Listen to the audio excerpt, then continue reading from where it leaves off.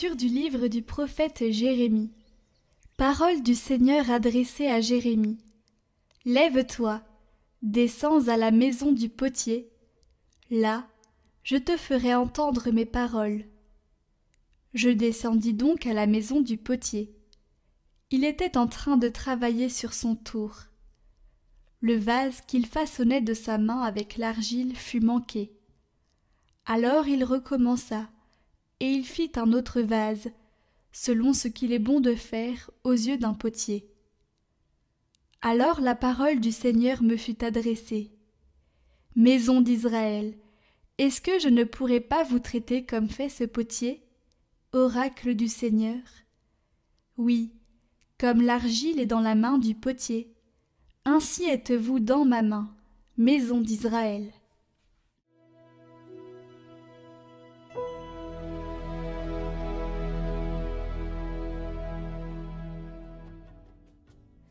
Heureux qui s'appuie sur le Dieu de Jacob.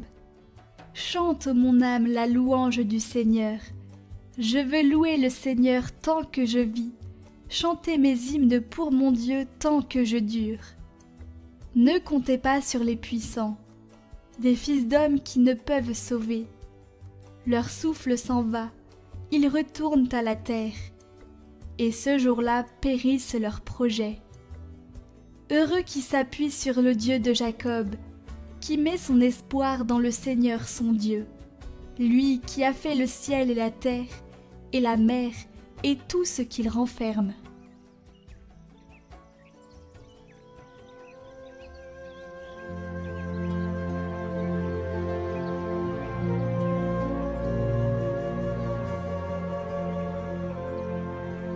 Évangile de Jésus-Christ selon saint Matthieu. En ce temps-là, Jésus disait aux foules : Le royaume des cieux est un corps comparable à un filet que l'on jette dans la mer, et qui ramène toutes sortes de poissons. Quand il est plein, on le tire sur le rivage, on s'assied, on ramasse dans les paniers ce qui est bon, et on rejette ce qui ne vaut rien. Ainsi en sera-t-il à la fin du monde. Les anges sortiront pour séparer les méchants du milieu des justes, et les jetteront dans la fournaise. Là, il y aura des pleurs et des grincements de dents. Avez-vous compris tout cela ? Ils lui répondent : Oui. Jésus ajouta : C'est pourquoi tout scribe devenu disciple du royaume des cieux est comparable à un maître de maison qui tire de son trésor du neuf et de l'ancien. Lorsque Jésus eut terminé ses paraboles, il s'éloigna de là.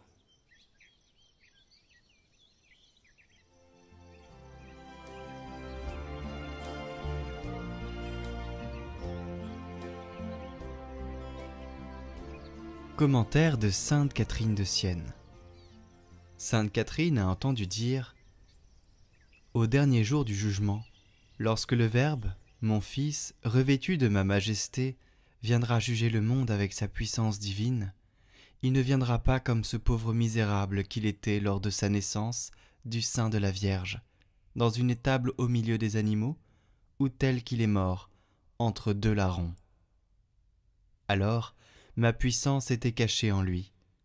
Je lui laissais endurer comme homme peine et tourment. Non point que ma nature divine ait été séparée de la nature humaine, mais je le laissais souffrir comme un homme pour expier vos fautes. Non, ce n'est pas ainsi qu'il viendra au moment suprême. Il viendra dans la toute-puissance et dans tout l'éclat de sa propre personne. Au juste, il inspirera en même temps qu'une crainte respectueuse, une grande jubilation. Non pas que son visage change, son visage, en vertu de la nature divine, est immuable, parce qu'il ne fait qu'un avec moi. Et en vertu de la nature humaine, son visage est également immuable, puisqu'il a assumé la gloire de la résurrection. Aux yeux des réprouvés, il apparaîtra terrible. Parce que c'est avec cet œil d'épouvante et de trouble qu'il porte au-dedans d'eux-mêmes que les pécheurs le verront. N'est-ce pas ce qui se passe pour un œil malade ? Dans le soleil brillant, il ne voit que ténèbres, alors que l'œil sain y voit la lumière. Ce n'est pas que la lumière ait quelques défauts, ce n'est pas le soleil qui change. Le défaut est dans l'œil aveugle. C'est ainsi que les réprouvés verront mon Fils dans les ténèbres, la haine et la confusion. Ce sera la faute de leur propre infirmité et non pas à cause de ma majesté divine avec laquelle mon Fils apparaîtra pour juger le monde.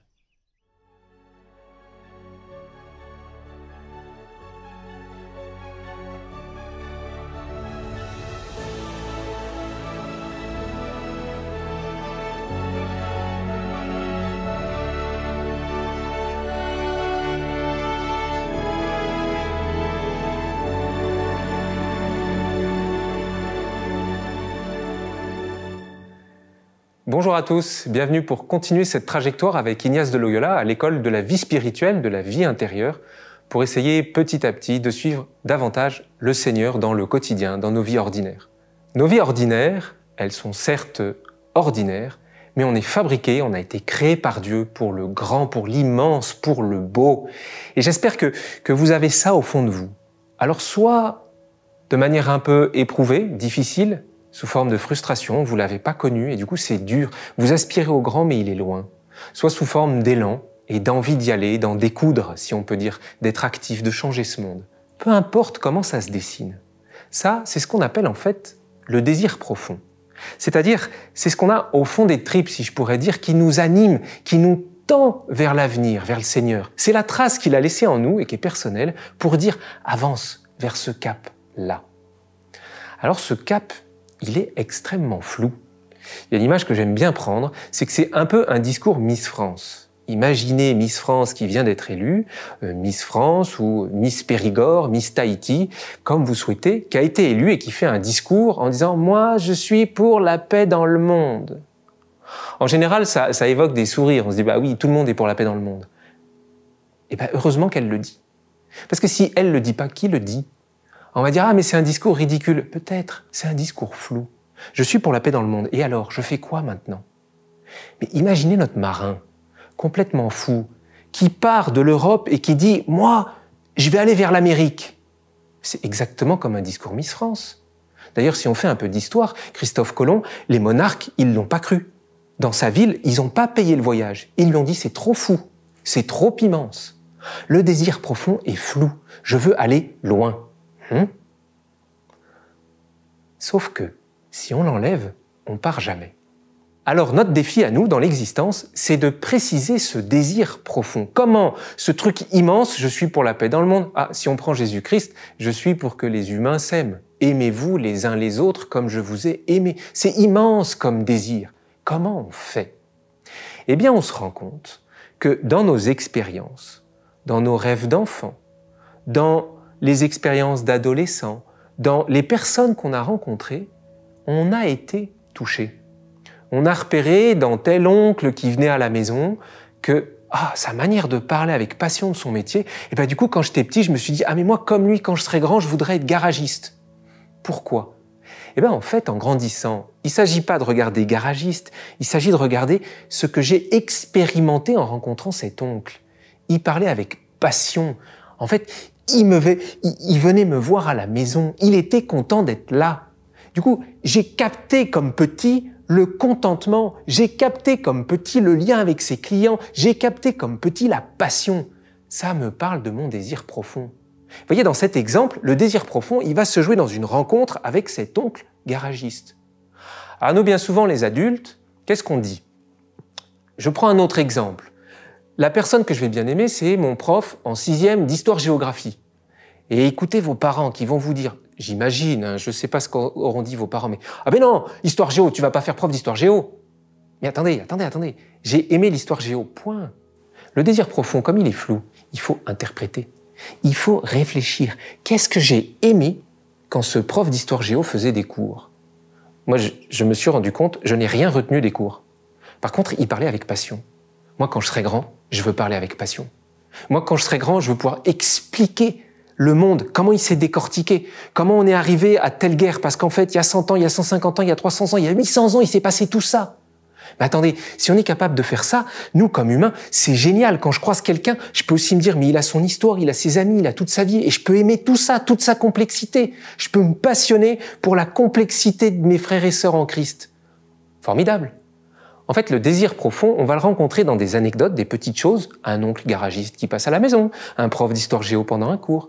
Mais si moi, je prends le temps de réfléchir, je vais découvrir mon cœur. Mon cœur aime la passion.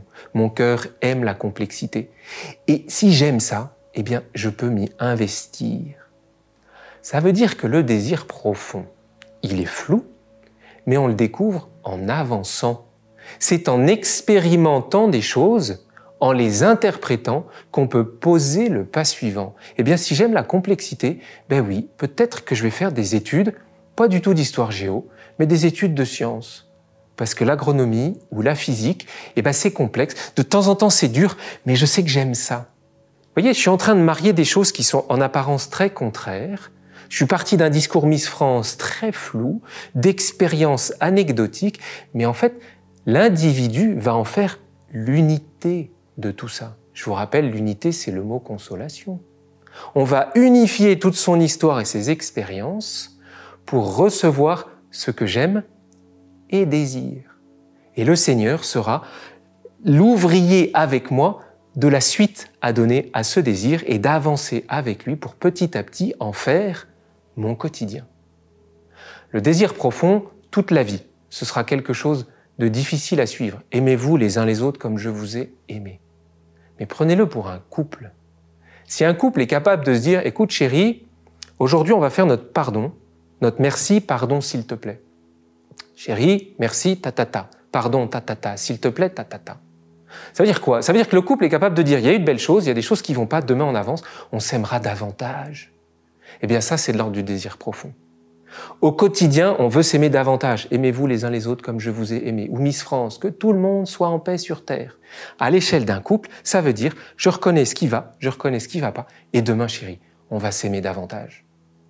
Le Seigneur va nous aider à vivre, à incarner, à mettre dans la chair ce désir profond qu'il a laissé en nous. C'est une enquête, et j'ai pas envie de dire ce que c'est pour vous le désir profond. C'est à vous d'aller deviner, chercher dans votre vie ce que c'est ce désir profond. Un outil pour avancer dans l'art d'interpréter, c'est l'imagination. Qu'est-ce que l'imagination? L'imagination, c'est une capacité que nous avons à créer quelque chose, à amplifier les choses. Si vous êtes devant un dessin animé, par exemple, eh bien, on est obligé d'imaginer. Ça n'existe pas. Un éléphant qui parle ou un lion qui est roi et qui a toute sa cour, ça n'existe pas. Donc on imagine que c'est un personnage, que c'est un roi, ceci, cela.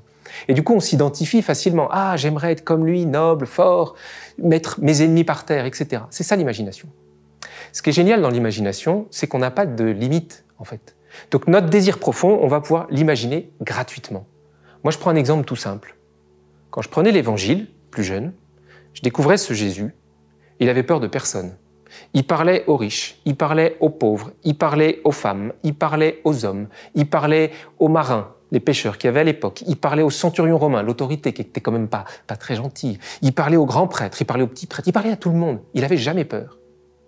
Et alors moi j'imaginais ça, je le voyais avec naturel, allant dire bonjour à l'un, à l'autre, etc. Et puis quand moi je redescendais dans la rue, j'ai peur du sans-abri. J'ai peur du monsieur à la caisse parce que peut-être j'ai pas la monnaie. J'ai peur de ceci, j'ai peur de cela. Par l'imagination, j'ai imaginé un monde sans peur. C'est mon désir profond. Puisque ne pas avoir peur, c'est ce à quoi j'aspire. Là, j'ai trouvé ce jour-là quelque chose pour ma vie spirituelle. Seigneur, moi, je vais être comme toi, je veux pas avoir peur. Imaginez l'écriture, imaginez le Seigneur, ou des films, ou des romans, ou des lectures qui nous font ressortir avec puissance une émotion, une tendance, un projet. Ok, c'est pas réel, mais ça amplifie le réel. À vous, à nous, à chacun de nous, ensuite, de se dire comment je fais pour que ce que j'ai imaginé descende dans le réel. Eh ben, je vais aller voir le sans-abri. Et je vais lutter contre ma peur. Je vais sourire à la personne de la caisse. Et je vais lui donner la monnaie. Et si je l'ai pas, eh ben c'est pas grave. Et je vais apprendre, grâce à l'imagination, à vivre dans le réel mon désir profond.